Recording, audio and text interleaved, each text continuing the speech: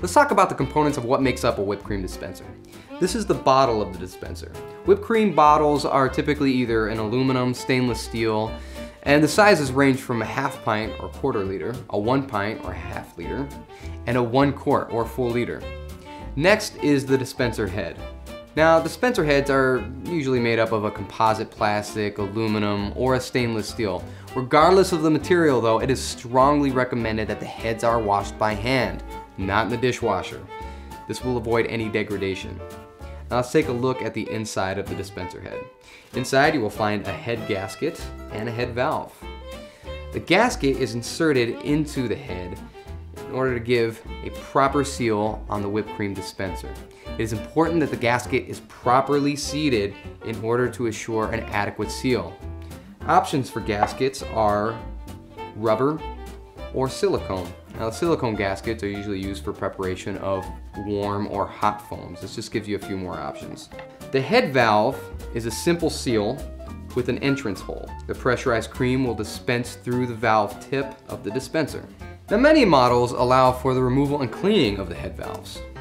However, the more expensive models from ISI are configured so that the head valve will not come out, like the Gourmet Whip here.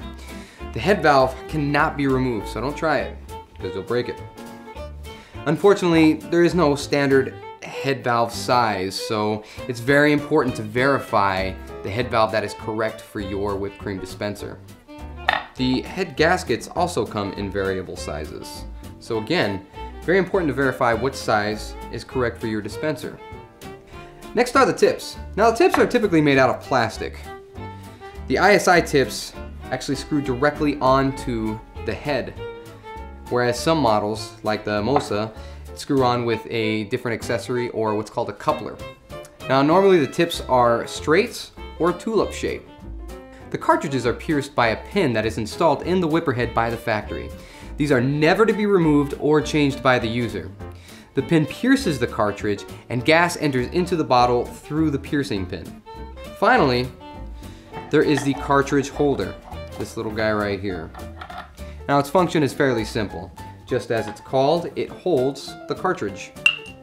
Place the cartridge inside, and as the cartridge holder is threaded, it pushes the N2O cartridges into the piercing pin. The gas evacuates the charger and enters into the bottle. Give it a good shake, and voila! Whipped cream.